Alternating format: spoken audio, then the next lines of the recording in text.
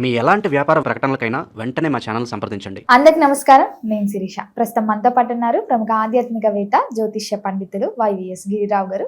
గురుగారితో మాట్లాడతాం. నమస్కారం గురుగారు. నమస్తే అమ్మా. గురుగారు, ఆర్థిక పరంగా చూసుకుంటే చాలా మందికి అప్పులు అవుతుంటాయి. ఎందుకు అవుతుంటాయో తెలియదు, వచ్చిన డబ్బు వచ్చినట్టే పోతుంటది, అప్పులు అవుతూ ఉంటాయి. మరి ఆధ్యాత్మిక పరంగా చూసుకుంటే ఈ అప్పులకి ఒక మార్గం అంటుందా? ఆధ్యాత్మిక పరంగా ఖచ్చితంగా ఉంది. కాకపోతే మెజారిటీ అప్పులు కావడానికి కారణం ఫైనాన్షియల్ మేనేజ్మెంట్ తెలియకపోవటం వల్లే ఎక్కువ అవుతుంది. మెయిన్లీ అదే. అవును. అంటే మనకి శాస్త్రంలో ఈ ఫైనాన్షియలే కాదు, మన శాస్త్రంలో కూడా ధార్మికంగా చెప్పిందంటే ధర్మార్థ కామ్య మోక్షాలని చెప్పారు. అంటే మీకు 100 రూపాయలు వస్తే, లేకపోతే 1000 రూపాయలు వస్తే, 10,000 వస్తే, 1,00,000 రూపాయలు వస్తే, 10 లక్షలు వస్తే ఒక నెలకి, ఈ 10 రూపాయలు వచ్చిన వాడును 10 లక్షలు వచ్చిన వాడు కూడా అందరూ కూడా ధర్మం అంటే ధర్మానికి ఒక 4వ వంతు ఖర్చు పెట్టమన్నాడు. పుణ్యాలకి.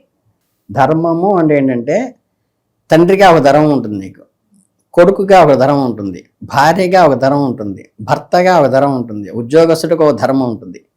అవన్నీ ధర్మాలు అన్నది, పుణ్యకార్యం కాదు. ధర్మము నీ డ్యూటీ. అర్థమైంది కదా? అంటే ఒక భర్తగా భార్యని పోషించాలి, పిల్లల్ని పోషించాలి, ఒక కొడుకుగా తల్లిదండ్రులను చూడాలి. ఇవన్నీ ధర్మాలు, డ్యూటీస్. వాటికి కావాల్సిన అంటే ఒక ఆఫీస్కి వెళ్ళాలి అంటే ఒక డిగ్నిఫైడ్ కలర్ఫుల్ పూల షర్ట్ వేసుకుని, టీషర్ట్ వేసుకుని, విజిల్ వేసుకుంటూ వెళ్ళాను కదా. ఒక డిగ్నిఫైడ్ మేనర్లో ఫార్మల్ డ్రెస్ వేసుకుని నేను ఉద్యోగానికి వెళ్ళాలి.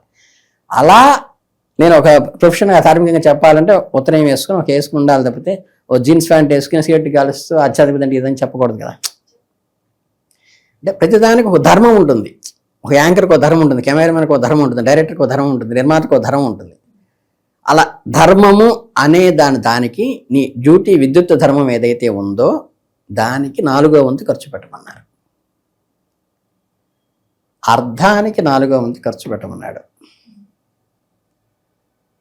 అంటే మీకు ఈ 2వ క్వశ్చన్లోనే మీకు ఆన్సర్ వచ్చేస్తుంది. అంటే 10,000 జీతం వస్తే 2,500 అర్ధానికి ఖర్చు పెట్టమన్నాడు. అర్థం అంటే ఏంటి? సేవింగ్స్. అంటే ఒక పిల్లలకి బంగారం కొంటామో, అర్థమైందా? లేకపోతే పిల్లాడికి ఎడ్యుకేషను, అది అర్థాన్ని పుట్టిస్తుంది. లేకపోతే ఒక ల్యాండ్ కొంటాం, ఒక పొలం కొంటాం, దాని నుంచి మళ్ళీ ఇన్కమ్ వస్తుంది. అర్థమైందా?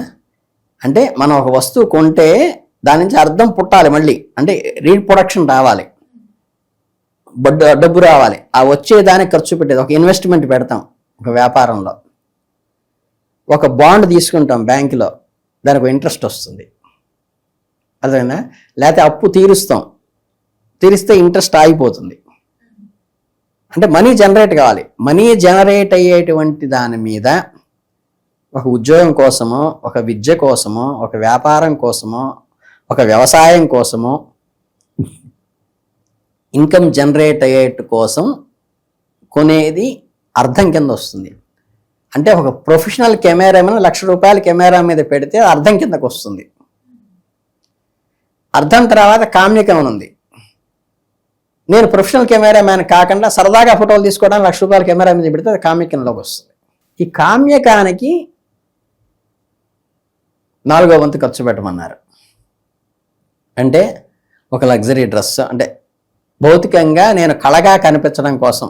గట్టిగా మీరు చెప్పాలంటే చాలామంది నేను చాలామంది చూస్తుంటే మా ఆఫీస్లో కూడా జేబులు దువ్వెన పెట్టుకొచ్చి అరగంటకు ఒకసారి దూకుతుంటారు. నేను ఎప్పుడో ఉదయం స్నానం చేసి దేవుడి దగ్గర కూర్చునేటప్పుడు నీట్గా కనిపించాలి అక్కడ దూకుంటే, మళ్ళీ సాయంత్రం దేవుడి దగ్గర కూర్చున్నప్పుడే దూతా. అంటే ఈ అందంగా కనిపించడం కోసము చేసేటువంటి అలంకరణ ఏదైతే ఉందో, లేదా ఇల్లు నీట్గా ఉండాలి, మంచి 4 సోఫా సెట్లు ఉండాలి, మంచి కలర్ టీవీ ఉండాలి, మంచి ఫ్రిడ్జ్ ఉండాలి, ఎయిర్ కూలర్ ఉండాలి, వాషింగ్ ఉంటాయి. కామ్యకం మీన్స్ ఏంటంటే ఇప్పుడు మనకి లవ్ ఎలా చెప్పారో రస్ట్ అంతా కూడా లవ్ అనుకున్నట్టుగానే కామ్యకం అంటే ఆ కామం కాదు. కామ్యకం అంటే మనకి ఏవైతే కోరికలు ఉన్నాయి, బండి మీద వెళ్ళాలంటుంది, కారులో వెళ్ళాలంటుంది, రిజర్వేషన్ చేసుకుని వెళ్ళాలంటుంది జనరల్ టికెట్ కాకుండా, ఇవన్నీ కామ్యకాలు. అలా మనకి సోఫా సెట్లు కానీ, టీవీలు కానీ, ఫ్రిడ్జ్లు కానీ, ఎయిర్ కూలర్స్ కానీ, పట్టు చీరలు కానీ, ఇంకా మీరు ఫెయిర్ ఇన్ లవ్లీ కానీ, ఇవన్నీ ఏమన్నా సరే ఉన్నాయి, ఏవైతే ఉన్నాయో ఇస్త్రీ చేయించుకోవడం, ఇవన్నీ అంటే కామ్యకము అంటారు. వీటికి ఒక 4వ వంతు ఖర్చు పెట్టమన్నారు. మిగతాది మోక్షానికి ఖర్చు పెట్టమన్నారు. ఇది డిజార్డర్ రావడం వల్ల ఇవన్నీ వస్తున్నాయి. అంటే మనకున్న హ్యాబిట్ ఏంటంటే ఎవడైనా ఫ్రీగా లోన్ ఇస్తానగానే తీసుకుంటూ ఉండటం వల్ల అప్పులు ఎక్కువ అవుతున్నాయి. గవర్నమెంట్ ఎంప్లాయీస్కి జీపీఎఫ్ అని ఉంటుంది. 6 నెలలకు ఒకసారి అత్యవసర పరిస్థితిలో లోన్ పెట్టుకోవచ్చు చెబితే దాదాపుగా 60 to 70%, నిజమే చెబుతున్నాను, వాళ్ళు నా తిట్టుకున్నా సరే, ఇప్పుడంటే శాంక్షన్ అయిన వరకు రిలీజ్ చేయట్లేదని ఆపేశారు, కానీ ప్రతి 6 నెలలకి విత్డ్రా చేస్తూనే ఉంటాడు. చేసి వీడేంటి ఇప్పుడు కొనబోయే దానికి రేపు 1వ తారీఖు మా రెంట్ ఇస్తారు, రెంట్ వాళ్ళు 1వ తారీఖు జీతం వస్తుందని ఇప్పుడు అప్పు చేస్తాడు. ఈ డిజార్డర్ వల్ల అప్పులు ఎక్కువ అవుతున్నాయి.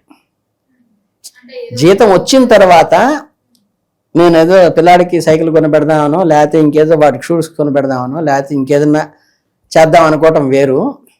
1వ తారీఖు జీతం వస్తుంది కదా అని 1వ తారీఖు రాబోయే జీతానికి ముందుగా ఎవడైతే అప్పు చేస్తాడో వచ్చింది వచ్చినట్టే పోతుంది, వాడికి పోతుంది. అంటే రేపు రాబోయే జీపీఎఫ్ లోన్కి, రేపు రాబోయే ఫెస్టివల్ అడ్వాన్స్కి, రాబోయేటువంటి కట్నానికి కూడా ముందే అప్పు చేసి, కట్టిన డబ్బులు వచ్చిన తర్వాత కొంత ఖర్చు పెట్టుకుని, కొంత భార్యకి నగల కోసం ఇచ్చి, కొంత వ్రతానికి ఇచ్చుకుని మిగతాది ఖర్చు పెట్టడం వేరు. రేపు కట్నం వస్తుంది, కట్టిన డబ్బులు వస్తాయి కదా రేపు పొద్దున అని ముందు ఎవరైతే ముందు అడ్వాన్స్గా అప్పులు చేసుకుంటాడో, ఈ మానసిక దౌర్బల్యం వల్ల, ఫైనాన్షియల్ మేనేజ్మెంట్ లేకపోవటం వల్ల మెజారిటీ సమస్యలు వస్తున్నాయి. వాటికి గ్రహాలతో సంబంధం లేదు, ఒప్పుకున్నా ఒప్పుకోబని చెప్పేది అది.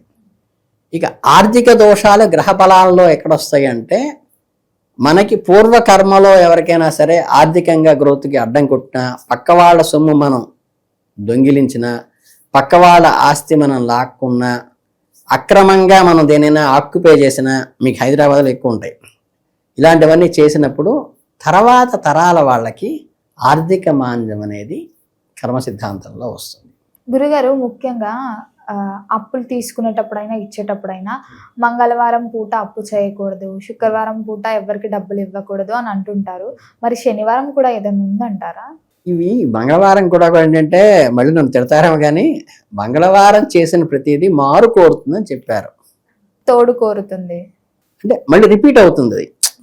నేను చెప్పే సైకాలజీ ఏంటంటే, మంగళవారం పూట శుభ్రంగా మీకు బ్యాంకులో లోన్ ఉన్నా, మీరు ఎవరి దగ్గరైనా అప్పు తీసుకున్నా, అప్పు తీర్చండి, డబ్బులు ఇవ్వండి. ఇస్తే మంగళవారం మారు కోరుతుంది కాబట్టి మళ్ళీ మళ్ళీ అప్పు తీర్చే అవకాశం మీకు వస్తుంది. సో అప్పు క్లియర్ అవుతుంది. మరి శుక్రవారం మనం డబ్బులు ఎవ్వరికి ఇవ్వద్దు అంటుంటారు కదా, మరి అత్యవసర అవసరం ఎవరికన్నా ఉంటే ఏంటి పరిస్థితి? అదే ఇప్పుడు మేము చెప్పేది ఏంటంటే, ఇప్పుడు ఈయన మొన్న చనిపోయారు అన్న పెద్ద ఆయన, నిజంగా నాకు అనిపిస్తుంది, ఆయన ఈ వాహన సేవని చేశారు. ఒక ఆయన కూర్చోబెట్టుకుని మనకి చిరుకూరి బాలదిలో, అలా ఇవన్నీ చాలామంది చేస్తున్న వ్యవహారాలే.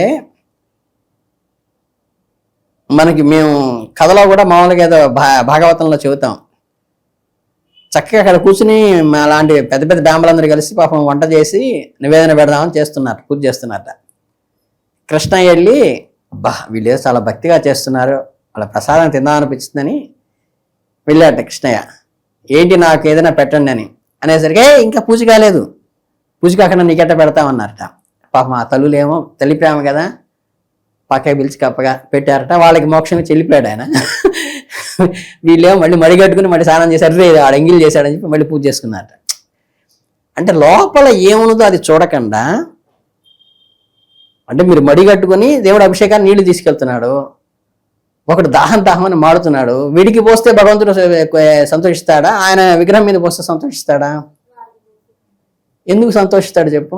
ఎందుకంటే మనం ఒకరికి సహాయం చేస్తున్నాం కాబట్టి. కాదు, ఇది ఆయన ఆస్తి కాబట్టి. ఇది ఎవరిచ్చారు?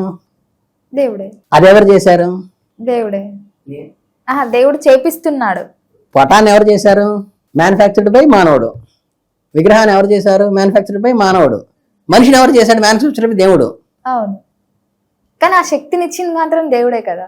అవును, ఇచ్చింది దేవుడే. అందుకని భగవంతుడు సృష్టించిన వాటికి మీరు హెల్ప్ చేస్తే భగవంతుడు సంతోషిస్తాడు. మీరు సృష్టించిన వాటికంటే కూడా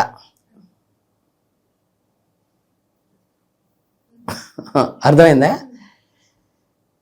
దానికి మీకు అంటే శాస్త్రం తెలియకపోవటం వల్ల వచ్చే సమస్యలు.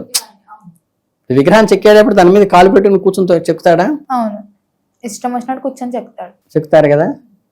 దాని పవిత్రత ఎప్పుడు వచ్చింది? దాని ధాన్యాదివాసం, జలాదివాసం, క్షీరాదివాసం అన్నీ చేసి రాయిని శుద్ధి చేసి తర్వాత ఇక్కడ హోమగుండాలు పెట్టి పంచాహ్నిక దీక్షతో 5 ఋత్విక్కులు వాళ్ళు ఆ 10 రోజులు జపం చేసి ఆ జపాన్ని అందులోకి ధారపోసి దానికి ప్రాణప్రతిష్ఠ అయిన తర్వాత మాత్రమే ఈ పంతులు గారు కూడా మడిగా లోపలికి వెళ్తాడు. తప్పితే అంత ముందాక రాయి విగ్రహమే. అంటే ప్రాణప్రతిష్ఠ చేసిన తర్వాతే వస్తుంది. అంటే ఓ సిమ్ కార్డు తయారు చేసినప్పుడు దాంట్లో పవర్ ఏమి ఉండదు. సెల్లులో వేసి దాన్ని కనెక్ట్ చేసినప్పుడు ఆన్లైన్లో కనెక్ట్ చేస్తేనే అది యాక్టివేట్ అవుతుంది. అలా యాక్టివేట్ చేసిన తర్వాత మాత్రం గుళ్ళో విగ్రహం ఐడియల్ అంటారు. అర్థమైందా? ఈ ప్రాసెస్ చేసినప్పుడు అప్పుడు మాత్రం దాన్ని పవిత్రంగా చూడాలి.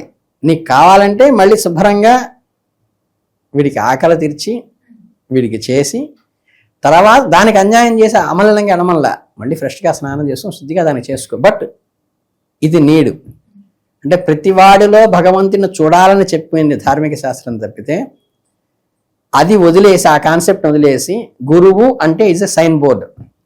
నాయన ఇటు వెళ్తే విజయవాడ వస్తుంది, ఇటు వెళ్తే తిరుపతి వస్తుందని గుంటూరులో ఒక పక్క విజయవాడ ఒక పక్క తిరుపతి బోర్డు ఉందనుకో, ఆ సైన్ బోర్డు ఎలాంటి వాడో ఆయన గురువు చేర్పింది మొత్తం అదే. స్వయం విష్ణు అని చెప్పి భగవద్గీతలో చెప్పాడు. చెప్పినప్పుడు కూడా ఆయన ఉపదేక్షంతి తే జ్ఞానం జ్ఞానిన తత్వదర్శిన అన్నారు. అంటే జ్ఞానం తెలుసుకోవాలంటే జ్ఞానులైన వాళ్ళ దగ్గరికి వెళ్ళి నేర్చుకోండి అనే చెప్పాడు భగవద్గీతలో. చివరికి రహస్యంలో ఆయన కూర్చోబెట్టి కాలు మీద కాలు కూర్చొని రాయలుగా బతకరా బాబు నీకు ప్రధాన ఇస్తున్నానంటే అందరికీ అన్న చెప్పి బావా నాకు పని చెప్పన్నాడు. దేవుడివి మా ఇలవెలుపు నీకేం చెబుతాం బావా అంటే లేదు నేను పని చేస్తానని వచ్చిన సాధు సత్పురుషులందరికీ కాళ్ళు గడిగే ఉద్యోగం నేను చేస్తానని చేశాడు. ఆయన మాటలు చెప్పరా, చేసి చూపించాడు. అర్థమైందా? నాకేమో ధర్మోపదేశం చెయ్యి బావా అంటే వెళ్ళి భీష్మాచార్యుడు ఉన్నాడు రా. యాక్చువల్గా వీళ్ళు ఆయనతో పోరాడారు, వీళ్ళ మీద అగైనెస్ట్ పార్టీ ఆయన ధర్మప్రభు. ఆయన దగ్గరికి వెళ్ళి చేతులు కట్టుకొని కూర్చున్నాడు కృష్ణుడు. చెప్పండి మీరని, అది భగవతత్వం. దాన్ని వదిలేసి ఆయన పూజించమని చెప్పాడు. అక్కడ ఉపదేక్షంచితే జ్ఞానాన్ని వాళ్ళ దగ్గరికి వెళ్ళమన్నాడు.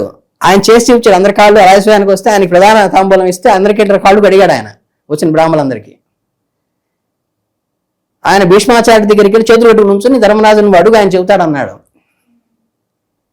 దాన్ని పూర్తిగా రివర్స్ చేసి మా వాళ్ళందరూ ఆయన చెప్పిన జ్ఞానాన్ని వదిలేసి అందరిలో పరమాత్మని చూడు అని ధర్మశాస్త్రం అంటే ఒరులేవని వివరించిన నీకు ఎదుటివాడు ఏం చేస్తే నీకు లాభము పుణ్యము పెయిన్ వస్తుందో, నీకు ఏదైతే సంతోషాన్ని కలిగిస్తుందో ఎదుటివాడు చేస్తే నువ్వు ఎదుటివాడికి చేయన్నాడు.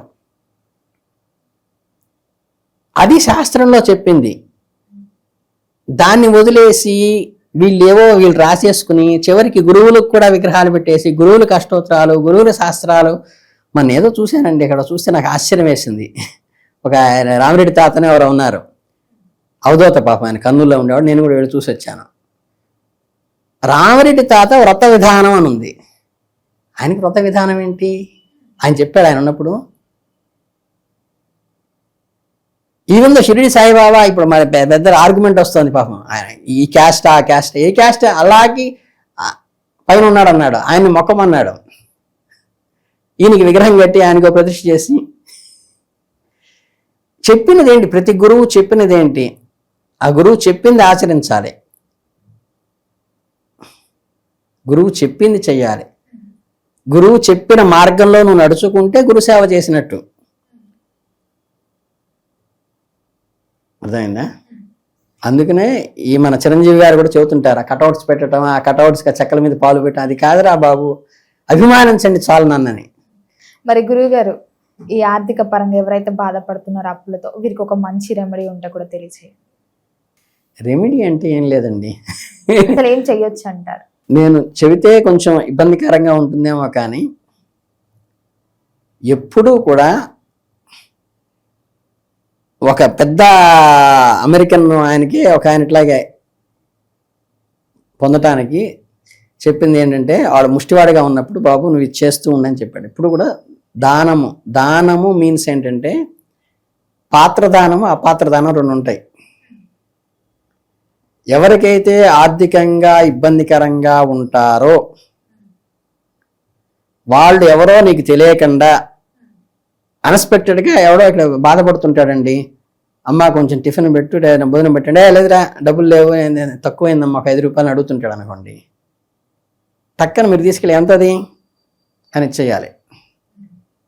అట్లానే ఒక పెద్ద ఆఫీసర్ గారు ఒక ఆయన వచ్చి కూర్చున్నారు మా బస్సులోనే, వచ్చాడు 5 రూపాయలు చిల్లర లేదు, 100 రూపాయలు 105 రూపాయలు ఇవ్వమంటాడు, ఇంకో 100 ఇస్తా అడిగిన, నా 90 రూపాయలు నా దగ్గర ఎక్కడ వస్తుంది అంటాడు. ఏం పర్లేదు లేండి, నా దగ్గర 5 రూపాయలు చిల్లర నేను ఇస్తానన్న. అది పాత్రదానం. అట్లాగే అన్నదానం అని చెబుతుంటారు. అన్నదానం అని పెట్టి నిజంగా మేము కురిచేడు దర్శలో మా నాన్నగారు ఉండగా రాత్రిపూట 11-12 బండ్లు వేసుకెళ్ళి స్లిప్పులు తీసుకెళ్ళి ఈ ఫుట్పాత్ మీద అక్కడ పడుకుని ఉంటారు ఒరిజినల్గా, వాళ్ళందరికీ స్లిప్పులు ఇచ్చి బలానా ఎన్ఎస్సి రెడ్ కెనాల్స్లో మీకు ఇట్లా రేపు అన్నం పెడతాం రండి అని వాళ్ళందరికీ రాత్రి 11:30 నుంచి 1 గంట దాకా తిరిగేసి ఆ 200 మందికి పిలిచి మధ్యాహ్నం అక్కడ రండి భోజనాలు పెడతామని పెట్టేవాళ్ళం. ఇప్పుడు అన్నదానాలు అంటే ఏంటంటే ఆ ట్రస్టీ తమ్ముడికి వీళ్ళందరూ కార్లలో వచ్చి అన్నదానం తినేసి వెళ్తారు. అంటే అసలు భగవంతుడు చెప్పిన కాన్సెప్ట్కి ఇప్పుడు మనం చేసేదానికి ఏ సంబంధము లేదు. మన భేదాలు లేకుండా ఎవరైతే ఆకలితో ఉన్నారో, నువ్వు ఈ అన్నదానం చేసి ట్రస్టీలందరికీ పెట్టేదానికంటే రోడ్డు మీద వెళ్తూ ఉంటే వాడు బాధపడుతుంటాడు. వాడికి చెయ్యి గబుక్కున ఒక అన్నం ప్యాకెట్ కొనుక్కొచ్చి ఒక మిల్స్ క్యారేజ్ ఇవ్వమంటే 100-150 ఇస్తాడు.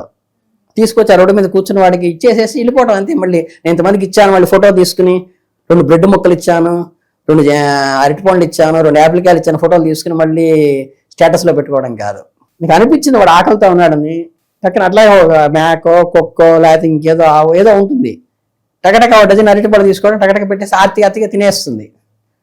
ఆవు పంచితం వదులుతుంది, వదలంగానే వెళ్ళి కాస్త నీళ్ళు చల్లేసుకోవడం, నమస్కారం పెట్టుకుని రావడం అంతే. అవి పుణ్యం. స్టేట్మెంట్లు ఇచ్చి చేసుకునేవి కాదు. ఇవి ఎవరైతే చేస్తూ ఉంటారో, మీరు నా క్వశ్చన్కి ఆన్సర్ మీరు గమనించారో లేదో, 100 రూపాయలు వస్తే అందులో మీకు ధర్మార్థ కామ్య మోక్షాల్లో ఈ మోక్షంలోకి తీసే భాగం ఏదైతే ఉందో అది విడిగా తీసి పెట్టుకుని ఆ అమౌంట్ ఎప్పుడు నీకు నిజంగా ఆర్తులు కనిపిస్తారో